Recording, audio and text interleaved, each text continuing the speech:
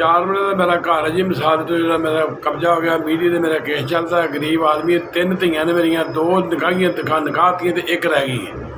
वो वास्ते जिन्नी को मदद हो सकती है वो कर सकते, खाने वास्ते, रोटी वास्ते। केस मेरा चलन दिया, लोगों के घर तो लोगों के घर रुलते फिर, दर धक्के खाते फिर, रुलते फिरते। वो वास्ते मतलब बच्ची वास्ते मदद कर दो जी, कोई हो सकती। 4 महीने का घर है जो मेरा खुस गया, कब्जा हो गया। मैं लोगों के बूहे से धी लैके रुल नहीं सकता जी। बाद मेरा बच्चा मंजूर है, तो मेरे को आसरा कोई नहीं करी। 2 बच्चियाँ मैं ब्याह बैठा, 1 मेरी बच्ची रह गई। मतलब को मेरा साथ दो तो मैं अपनी बच्ची भी उठा लें। मेरे को लोगों के बूहे से लैके तो बच्ची को लै नहीं जाता।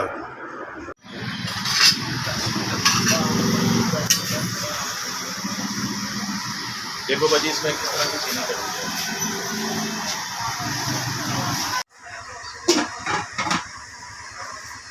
बहुत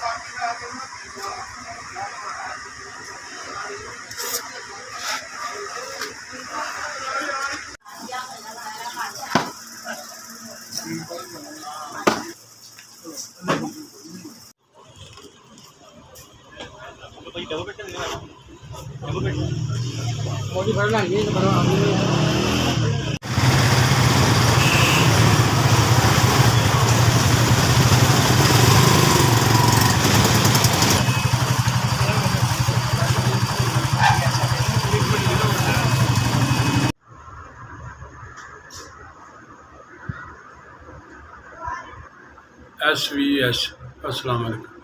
जो मेरे तामन किया ना, तो मतलब बच्चे मैं नाल गए, नाल जाके मेरे बच्चियां समान लिया, तो तुसा 30,000 रुपये पेमेंट भी अल्लाह पाक ने दिला देता जी। SVS अस्सलाम वालेकुम जी। जिन्ना तो मेरे तामन किया ना, बहुत तामन किया मेरे नाल। अल्लाह पाक तुहानूं रब इस तरह दे इस तरह तामन करते रहे, तो अल्लाह सीसां लोगों लेंदे रहो माड़े भी। अल्लाह दा खैर तरह